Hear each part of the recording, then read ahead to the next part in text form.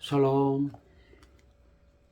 오늘도 주 안에서 우리 사랑하는 손들과 함께 기도하는 마음으로 하나님을 바라고 또 하나님께서 우리에게 말씀해 주시기를 간절히 기대하면서 말씀 묵상의 시간을 함께 하도록 하겠습니다. 주3 교제를 우리 참고하시면서 묵상하기 전에 먼저 우리 찬송 366장 어두운 내 눈 밝히사 진리를 보게 하소서 함께 하나님 앞에 찬양을 드립니다. 오늘 찬양을 드릴 때에 하나님께서 우리의 마음의 눈을 열어주셔서 하나님의 진리를 보게 하시고 하나님의 영광을 보게 하여 주소서 함께 기도하며 예배하게 했습니다.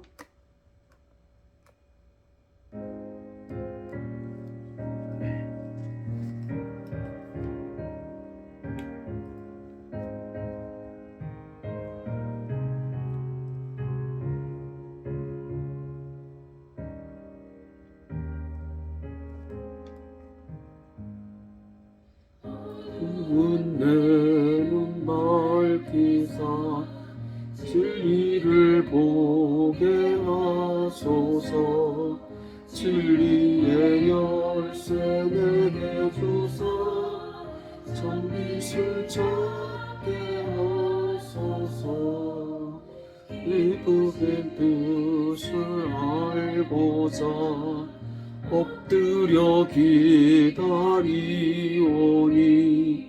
내 눈을 뜨게 하소서 성령이여 막혀진 내 귀 여시사 주님의 귀한 음성을 이 귀로 밝히 들을 때에 내 기쁨 한량 없겠네 깊으신 뜻을 알고자 엎드려 기다리오니 내 귀를 열어 주소서 성령이여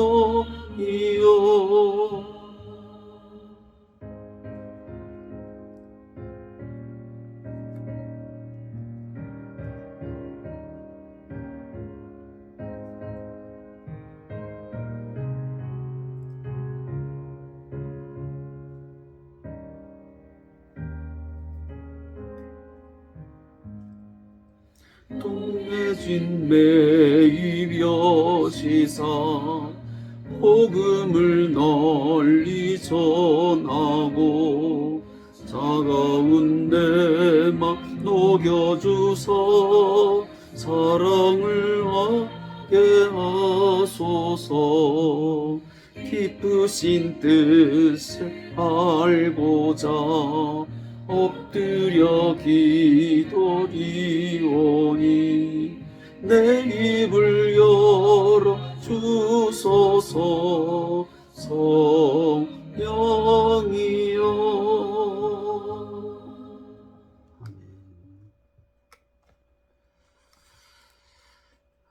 오늘 함께 읽고 묵상할 하나님의 말씀은 마태복음 20장 우리 1절부터 함께 읽겠습니다. 마태복음 20장 1절부터 21장 11절까지의 말씀을 함께 읽고 내용의 중요한 부분들을 함께 상고하도록 하겠습니다. 마태복음 20장 1절부터 21장 11절까지 좀 많은 분량인데 말씀을 읽는 것이 너무도 소중하기 때문에 말씀을 함께 읽도록 하겠습니다. 천국은 마치 품꾼을 얻어 포도원에 들여보내려고 이른 아침에 나간 집주인과 같으니 그가 하루 한 데나리온씩 품꾼들과 약속하여 포도원에 들여보내고 또 제3시에 나가보니 장터에 놀고 서 있는 사람들이 또 있는지라 그들에게 이르되 너희도 포도원에 들어가라 내가 너희에게 상당하게 주리라 하니 그들이 가고 제6시와 제9시에 또 나가 그와 같이 하고 제 11시에도 나가보니 서 있는 사람들이 또 있는지라. 이르되 너희는 어찌하여 종일토록 놀고 여기 서 있느냐. 이르되 우리를 품꾼으로 쓰는 이가 없음이니이다. 이르되 너희도 포도원에 들어가라 하니라. 저물매 포도원 주인이 청지기에 이르되 품꾼들을 불러 나중 온 자로부터 시작하여 먼저 온 자까지 싹쓸 주라 하니, 제 11시에 온 자들이 와서 한 데나리온씩을 받거늘 먼저 온 자들이 와서 더 받을 줄 알았더니 그들도 한 데나리온씩 받은지라. 받은 후 집주인을 원망하이르되 나중 온 이 사람들은 1시간밖에 일하지 아니하였거늘 그들을 종일 수고하며 더위를 견딘 우리와 같게 하였나이다. 주인이 그 중에 한 사람이 대답하이르되 친구여, 내가 네게 잘못한 것이 없노라. 내가 나와 한 데나리온의 약속을 하지 아니하였느냐. 내 것이나 가지고 가라. 나중 온 이 사람에게 너와 같이 주는 것이 내 뜻이니라. 내 것을 가지고 내 뜻대로 할 것이 아니냐. 내가 선함으로 네가 악하게 보느냐. 이와 같이 나중된 자로서 먼저 되고 먼저 된 자로서 나중되리라. 예수께서 예루살렘으로 올라가시려 하실 때에 12제자를 따로 데리시고 길에서 이르시되 보라, 우리가 예루살렘으로 올라가노니 인자가 대제사장들과 서기관들에게 넘겨짐에 그들이 죽이기로 결의하고 이방인들에게 넘겨주어 그를 조롱하며 채찍질하며 십자가에 못 박게 할 것이나 제3일에 살아나리라.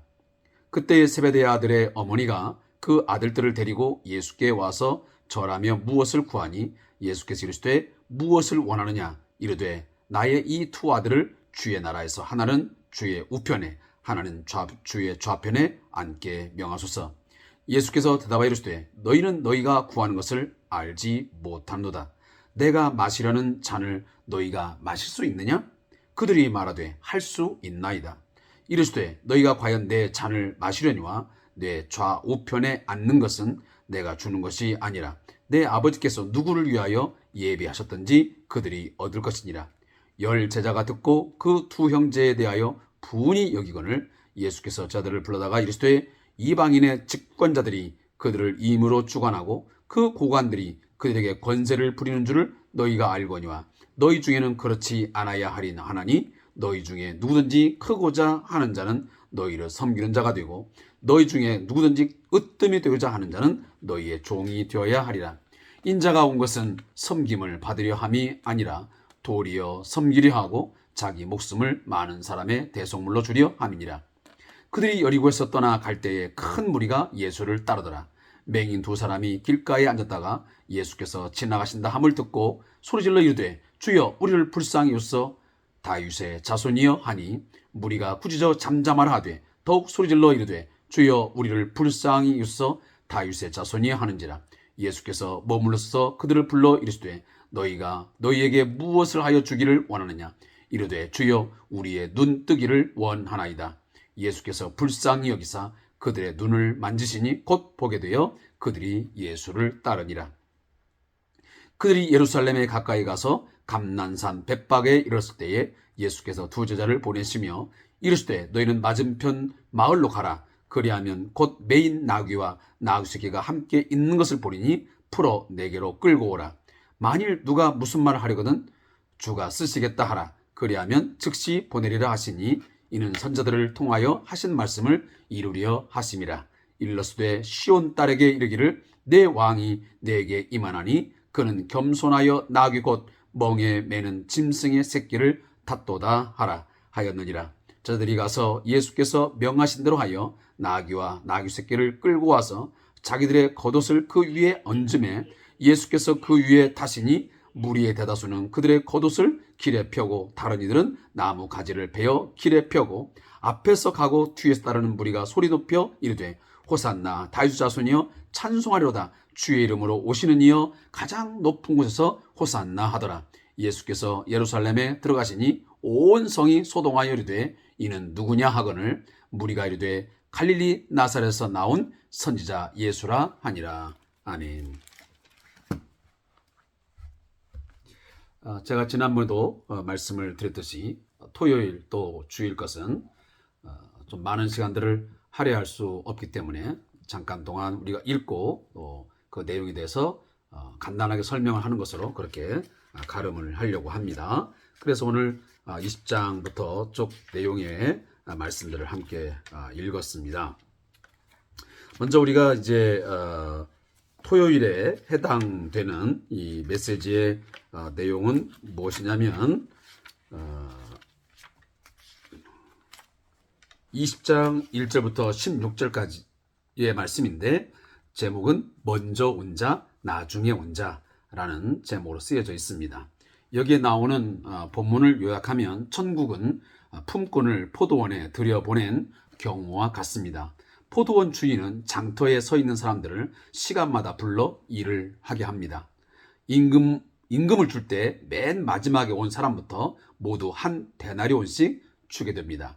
이에 하루 종일 일한 사람이 불만을 터뜨리고 원망합니다. 하지만 예수님은 적게 일한 사람에게도 똑같이 주는 것이 주인의 선함이라고 말씀을 하십니다.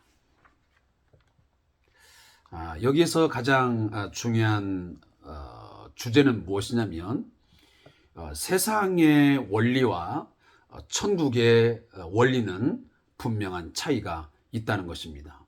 세상의 원리는 당연히 12시간 일을 했으면 12시간에 해당되는 컷을 얻는 것이 당연하고, 그리고 1시간 일을 했으면 1시간에 해당되는 임금을 지불을 받는 것이 당연한, 매우 공평한 것이, 공정한 것이죠.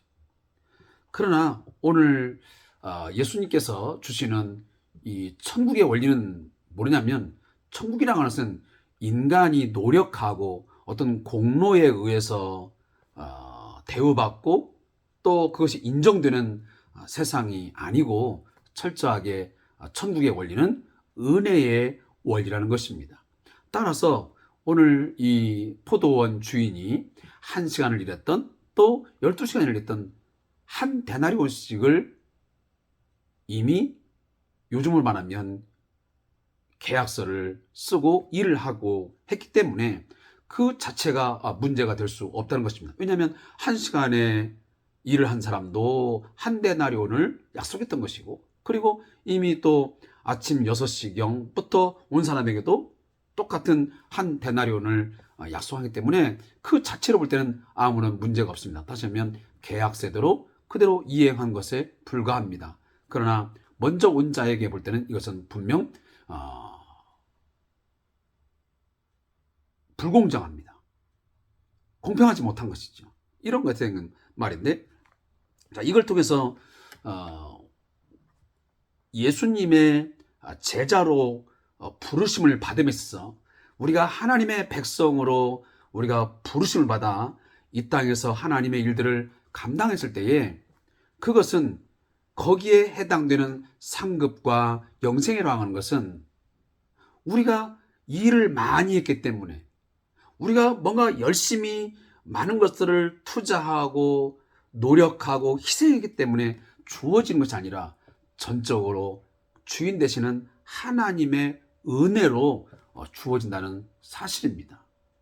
따라서 우리가 나중에 구원을 얻었던, 먼저 우리가 구원을 받아 하나님 나라에 들어왔던, 거기 일한 것에 대한 상급과 영생이라 하는 것이 주어질 때는 그 사람이 얼마나 믿었느냐, 얼마 동안 주를 위해서 희생하고 얼마나 많은 것을 했느냐가 결코 중요하지 않다는 것입니다.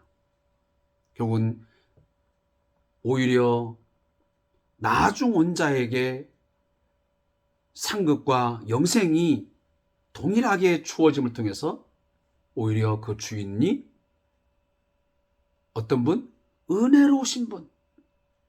그래서 나중된 자에게도 동일한 하나님의 은혜를 경험하게 하는 것을 볼 때에, 그 하나님은 불공평하신 하나님이라고 말하는 게 아니고 하나님은 정말 자비와 은혜가 풍성하신 하나님이라고, 오히려 하나님의 하나님 되심을 오히려 인정하고 그를 경배하는 것이 바로 이 천국의 원리라고 하는 것을 오늘 예수님은 우리에게 말씀해 주고 있는 것입니다. 사랑하는 성도 여러분, 우리가 먼저 믿었느냐 나중 믿었느냐, 그것을 우리가 주장하거나 내가 주를 위해서 모든 것을 버리고 나는 저 사람보다 많은 것을 희생하고 버렸으니 하나님께서 내게는 더 많은 것을 주어야 합당한 것이고, 그렇지 못할 때 원망하고 불평하는 것은 우리가 천국 백성으로서 또 천국의 삶을 살아가는 사람으로서는 합당치 않다라고 하는 것을 다시 한번 말씀을 드립니다. 오히려 나중에 늦게 해서 예수를 믿고 그가 하나님을 섬기다가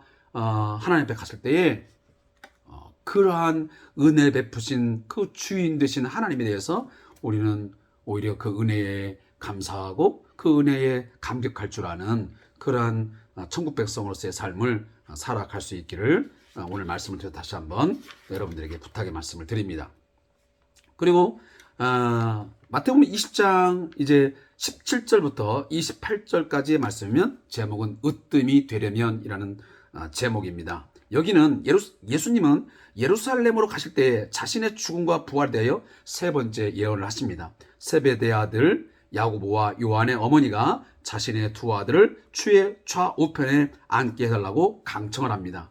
이에 예수님은 내가 마시는 잔을 마실 수 있느냐고 물으시고 으뜸이 되고자 하는 자는 종이 되어야 한다고 말씀을 하십니다. 자, 이것을 보면 우리는 어떤 내용을 또다시 우리가 알게 되냐면 앞전에도 말씀했지만 세상의 원리와 천국의 원리는 항상 같을 수가 없습니다. 분명한 본질적인 차이가 있을 수 있습니다. 세상은 으뜸이 되려면 어떻게 됩니까? 섬기는 자가 되어서는 안 되는 거지요. 오히려 능력과 권세를 얻기 위하여 수단과 방법을 가리지 말고 그 사람을 어떻게 보면 이용하고 또 먼저 어떤 것을 정보를 얻고 해서 남을 부려야만 그 사람이 진정으로 좀 또 빠르게 쉽게 출세를 하고 또 으뜸이 되는 방법 아니겠습니까? 그러나 예수님은 뭐라고 말씀하시냐면 으뜸이 되고자 하냐면 오히려 종이 된다라고 말씀합니다. 다시 말하면 이 천국의 원리는 이처럼 세상의 원리와 항상 어떻게 보면 반대의 그런 원리로 작동을 합니다. 이게 바로 역설적인 진리라고 말을 하는 것이죠. 오히려 적은 것이 큰 일을 하게 되고 큰 것이 작은 몫밖에는 감당하지 못하고 작은 것밖에는 거둘 수 없고 또 으뜸이 되고자 하면 결국은 종이 돼야 되고 혹 종이 되지 아니하고 오히려 군림하고 억압하고 하는 사람은 오히려 남의 종이 된다라고 하는 것이 이 천국의 하나의 삶의 원리다라고 하는 것을 말씀을 드립니다. 그래서 오늘 어찌 보면 우리 예수를 믿는 우리들도 마찬가지지만 우리는 이미 천국 백성이 되었고 우리는 천국의 삶을 살고 있다고 하면서도 여전히 우리는 예수님의 이 제자였던 야고보와 요한의 어머니와 같은 그런 생각을 여전히 갖고 있습니다. 그리고 그 예수님의 제자와 같은 그런 생각을 가지고 사는 자들입니다.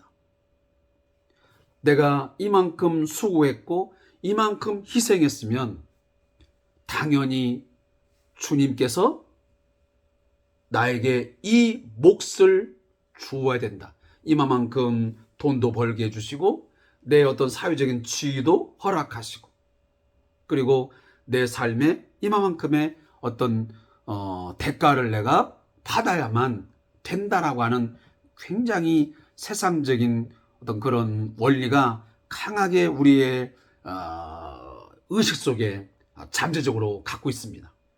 그래서 우리는 교회 공동체 안에서도 우리가 이렇게 생활하다 보면 내가 저 집사님보다 내가 저 권사님보다 먼저 이 교회 공동체에 왔고 그래서 내가 먼저 이곳에 정착한 어떻게 보면 초기 멤버이고 그리고 나는 다른 어떤 집사님들보다 아니면 권사님보다 장로님보다 나는 더 많은 헌금을 했고 내가 전도 활동을 하고 교회의 많은 직분을 맡아 충성을 했다. 그러니 이 공동체 안에서의 내 자리는 이 정도 된다. 내가 이 정도 대우는 받아야 된다. 라는 생각을 가지고 있다가 혹 그런 어떤 대우를 받지 못하고 뭔가 하나님께부터 내가 그 대가를 내가 지불받지 못했다는 생각이 드는 순간 우리는 바로 시험에 빠지게 되고 또 원망과 불평을 쌓기 마련입니다. 오늘 이 세베대의 아들의 어머니가 그 아들들을 데리고 와가지고 하는 모양과 굉장히 비슷한 모습들이 또 이 두 아들들이 그 요구하는 모든 것들이 얼마나 우리의 삶과 비슷한지 모르겠습니다.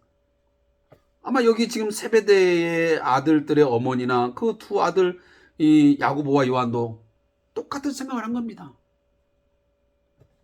먼저 예수를 따라왔고 주님을 위해서 많은 고생을 하고 이렇게 했으니 예수님이 장차 메시아 이 이스라엘을 통치하는 세상의 왕으로 등극할 때에 그래도 최소한 우리 자녀한테 그리고 우리들에게 하나는 좌편에 하나는 우편에 다시 말하면 예전날 우리 조선시대로 말하면 영의정 좌의정 짜리 정도는 추워야 당연한 것이 아니겠는가 하고 지금 묻고 있는 것입니다. 그래서 우리는 뭔가 남을 섬기고 뭔가 종의 자리에 가기보다는 지금도 여전히 우리는 이 천국의 삶을 살면서도 으뜸이 되고자 하는 누구보다 먼저 뭔가를 대우받아야 되고 앞에 서고자 하는 그런 의욕, 어쩌면 욕심, 탐심이 굉장히 강하게 일고 있는 것이 바로 우리들입니다.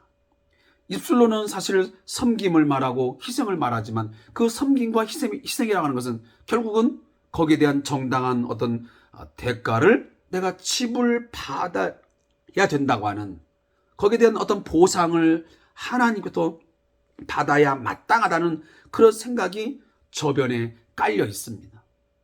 그런 생각이 전혀 없이 정말 순수한 마음으로 하나님의 은혜에 감사하고 내가 구원받은 그 성도로서 그런 자리, 어떤 대가, 보상 바라지 아니하고 그냥 순수한 마음으로 충성하고 봉사하는 사람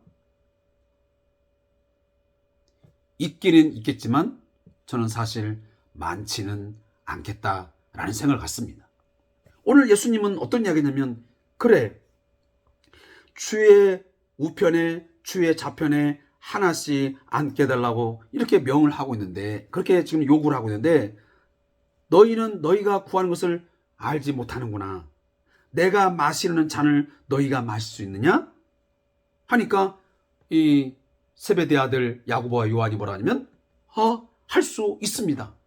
지금 어떤 내용을 말하는지도 모르고 사실은 예수님은 이 잔을 마실 수 있겠냐라고 하는 것은 예수님이 십자가에서 모든 인간의 인류의 죄를 짊어지시고 십자가에서 죽는 그 죽음의 잔, 그 피의 잔을 지금 의미하고 그 고난의 잔, 죽음의 잔을 마신다는 그 의미를 지금 말하고 있는 건데 이런 것에 대한 지금 예수님에 대한 말씀의 이해가 없이 그냥 그 잔을 우리도 마실 수 있습니다라고 답을 합니다. 그때에 예수님은 너희가 과연 내 잔을 마시려니와 맞다. 너희도 조금 있으면 내가 십자가에 죽고 부활한 이후에 어느 시점이 될지 모르겠지만 너희도 결국 복음 때문에 결국은 예수를 주로 고백하는 그것 때문에 너희도 결국은 고난의 잔을 마시게 되고 결국은 순교의 제물로 바쳐지는 그런 잔을 마실 수 있을 것이다. 그러나 문제는 누가 좌편에 앉느냐 누가 우편에 앉느냐 이것은 내가 주는 것이 아니고 오늘 보니까 내 아버지께서 누구를 위하여 예비하셨든지 그들이 얻을 것이니라. 그러니까 누가 얻고 누가 안 얻고 이게 문제 아니고 그 모든 권한은 하나님 아버지께 있음을 말씀하고 있습니다. 사랑하는 성도 여러분, 오늘도 우리가 주를 위해서 봉사하고 복음을 위해서 수고하고 하나님 나라의 영광을 위해서 열심히 살아가지만 그것을 함에 있어 내가 누구라도 뭐 좋은 대우를 받아야 된다. 어떤 직분을 맡아야 된다. 어떤 지위에 올라야 된다. 어떤 보상을 내가 받아야 된다. 이러한 생각들은 오늘 말씀을 보면서 우리는 분명히 우리가 잘못된 어떤 의식을 가지고 사고방식 가지고 우리가 이 교회 공동체 속에서 오늘도 우리가 사역들을 감당하고 있구나 하는 그런 우리가 깨우침, 또 우리의 어떤 사역에 있어서의 그 어떤 정신 이런 것들을 돌아보는 기회가 되었으면 좋겠습니다. 그것은 목사인 저 자신 마찬가지입니다. 목사님이든 장로님이든 집사님이든 권사님이든 직분에 상관없이, 그리고 먼저 믿었느냐 뒤에 믿었느냐 큰 중요한 문제가 아닙니다. 거기에 대한 상급과 영생을 주시는 것은 그는 은혜의 원리로 작동하고 계시고 은혜를 주시는 하나님 편에서 주시는 것이기 때문에 우리는 누구든지 그냥 감사하고 감격하여 하나님께 경배와 찬양을 드릴 뿐이라는 것입니다. 거기에 대해서 어떤 하나님을 향하여 불공평하다, 불공정하다, 그런 이야기를 할 수 있는 우리의 처지가 결코 아니라는 것입니다. 그런 부분에서 우리가 충성함에서 어떤 인간적인 세상에서 하는 그런 원리로서 이만큼 하면 이만큼 해야 된다는 그런 비례적인 어떤 보상, 이런 것들이 교회 안에서 똑같이 작동시키려고 하는 그런 위험, 그런 것들을 우리가 생각하는 그런 생각, 우리의 뭐라고 말씀을 될지 모르겠네요.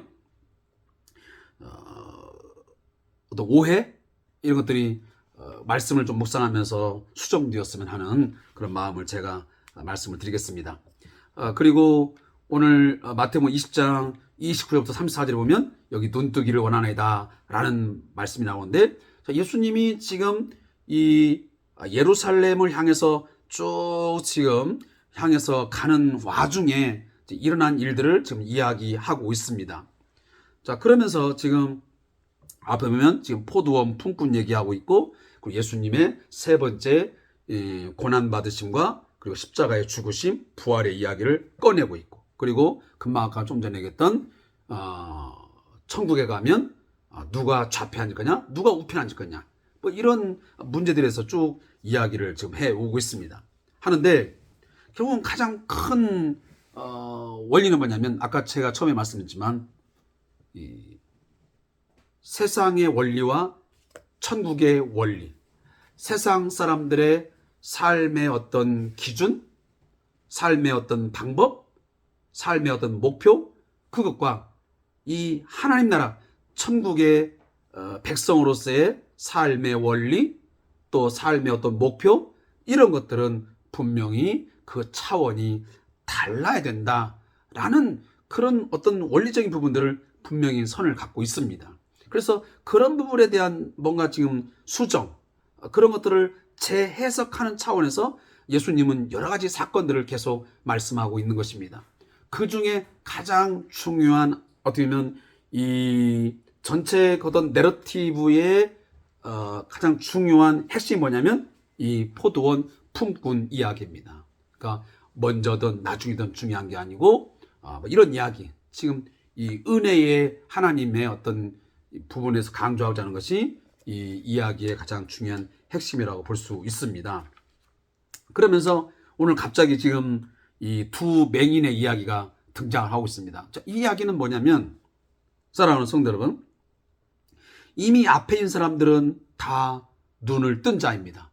세상의 부모님도 보고 세상의 모든 온갖들을 눈으로, 육신의 눈으로 다 뜨고 보는 자들입니다.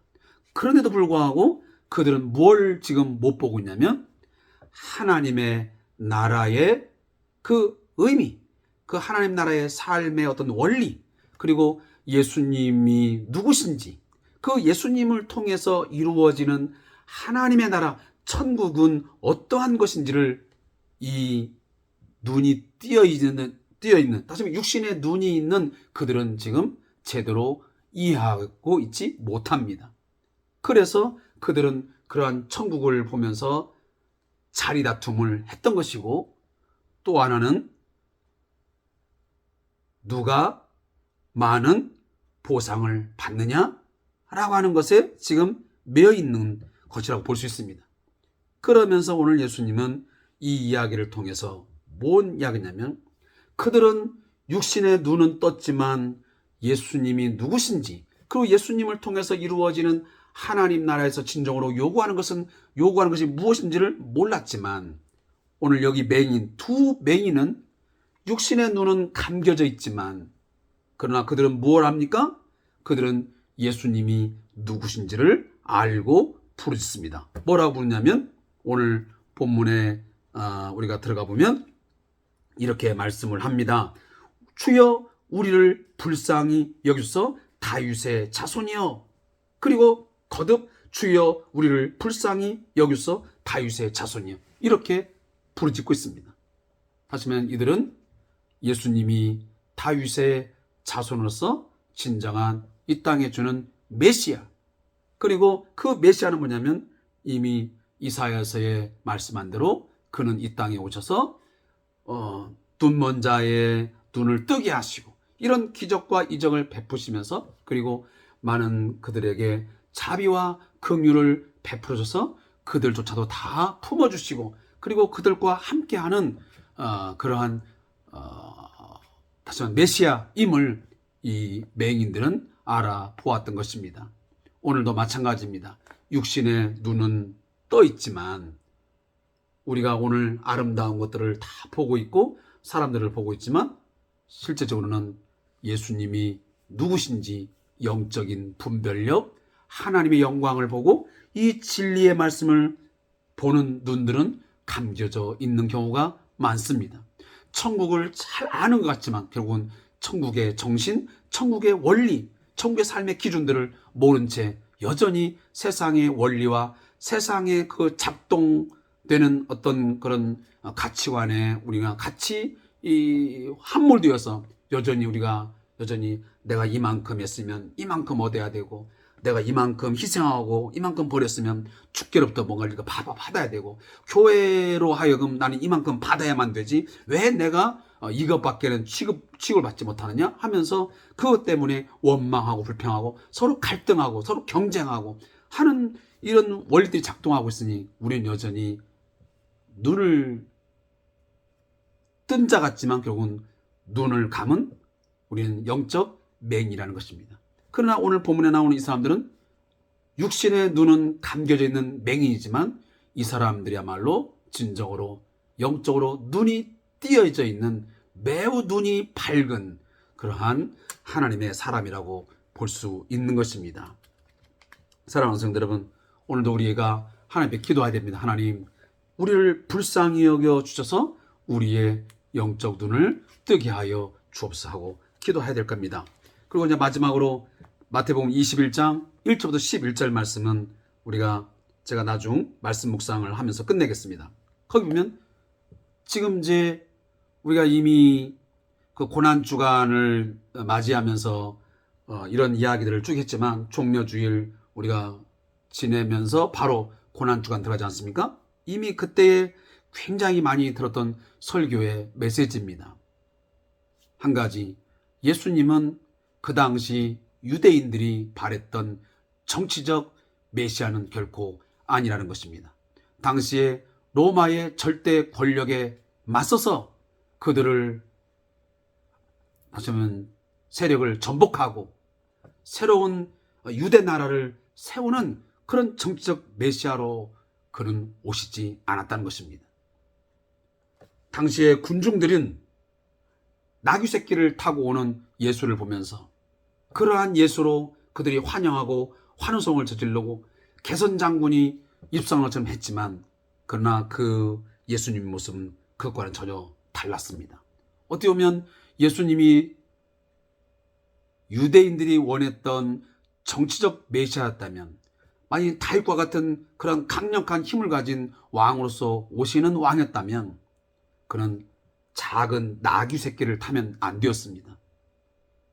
당시의 왕은 어떻게 보면 흰 말을 타든지 아니면 아주 건강한 말을 타고 아주 힘있게 달려오면서 많은 군사들의 호의를 받으면서 등장을 해야 진정한 그게 힘 있는 왕의 모습이 아니겠습니까? 그러나 예수님은 여러분이 잘 아는 대로 어떤 모습을 가지고 그는 등장을 하냐면 성경에서 이미 예언된 대로 그는 짐승의 그 나귀 새끼를 타고 입성합니다. 그러면 스가랴 9장 9절에 그 예언된 대로 성경의 예언대로 응하여 그는 매우 겸손한 그런 왕으로서 등장을 했던 것입니다. 어찌 보면 당시의 유대교 안에서 유대인들이 바랬던 그런 강력한 군주와 같은 힘을 가진 다윗과 같은 그런 왕의 모습은 결코 아니었습니다. 어찌 보면 굉장히